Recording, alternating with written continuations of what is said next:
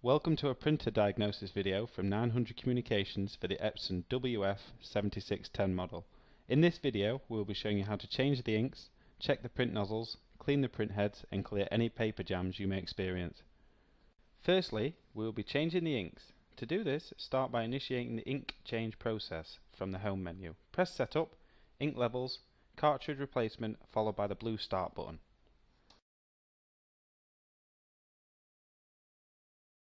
Open up the printer using the handles at either side and pull in an upwards direction. Wait until the print carriage moves from side to side once before opening it up. Once this has moved, open the carriage and start to remove inks. To make it easier to unpack the inks, there is a small slit in the ink packet which can be torn open. Remove the ink from the packet and ensure the yellow tag is removed. Failure to do will result in the ink cartridge not being read. To install the new inks, make sure they are pushed into the correct slot in the ink carriage. There will be a clicking noise that will indicate when the ink has been put in place correctly. After this has been done for all the relevant inks, close the ink carriage and then close the printer back up. Make sure to only use genuine Epson inks, as non-genuine inks will invalidate the warranty and will result in the cost of a new printer if any faults are found. The printer will then check newly installed cartridges. This normally takes around 3 to 4 minutes to complete. Once completed, you have successfully changed the ink cartridges. Next, we will be checking the print head nozzles. From the home menu, press Setup, Maintenance, Print Head Nozzle Check followed by the blue Start button. The printer will then start to print the nozzle check sheet, which is shown here. As you see on this image, there are a lot of gaps and broken lines on the nozzle check. This indicates that the print heads require cleaning. After the nozzle check has been completed, you will be given the option to clean the print heads. Make sure to press this option as soon as the nozzle check is finished and then press Proceed. We recommend cleaning all the colours on the print heads regardless of the condition of the nozzle check sheet. This process usually takes around 3 to 4 minutes. When the print head cleaning has been completed, you will be given the option to print off another nozzle check sheet to compare results. When comparing the results, you should see a significant difference between the two nozzle check prints. A perfect example is shown here. No gap should be visible in between the print. A print head clean can be carried out up to a maximum of 3 times to achieve the best results. Once this has been completed and you are happy with the results, print off a status sheet to ensure the printer is printing correctly.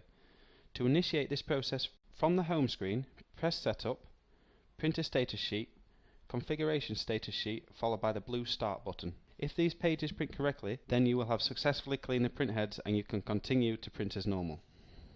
Finally, we'll be showing you how to diagnose any paper jam issues that you may experience.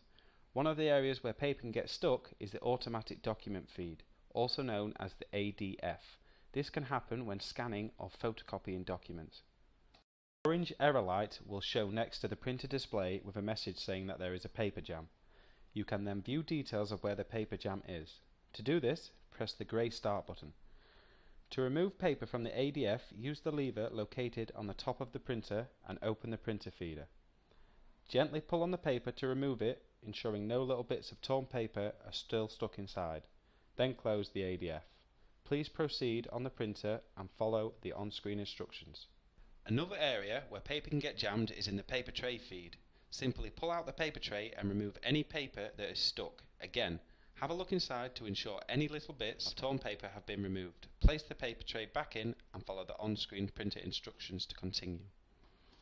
A final area where paper can get stuck is in the rear paper feed. If you don't have access to the rear of the printer, then carefully turn the printer around so you can access the rear panel. Pinch the 2 grey levers together, open the rear of the printer to reveal the paper feed. Using the purple handles at either side, pull the rear paper feeder out of the printer. Again, pinch the 2 grey levers together to open the rear paper feeder and remove any paper that is stuck. Once the jammed paper has been removed, close the rear paper feeder back up and have a good look inside to ensure no paper is still stuck. Place the rear paper feeder back in the printer and close the access panel. Carefully turn the printer around if necessary and follow the on-screen instructions to continue.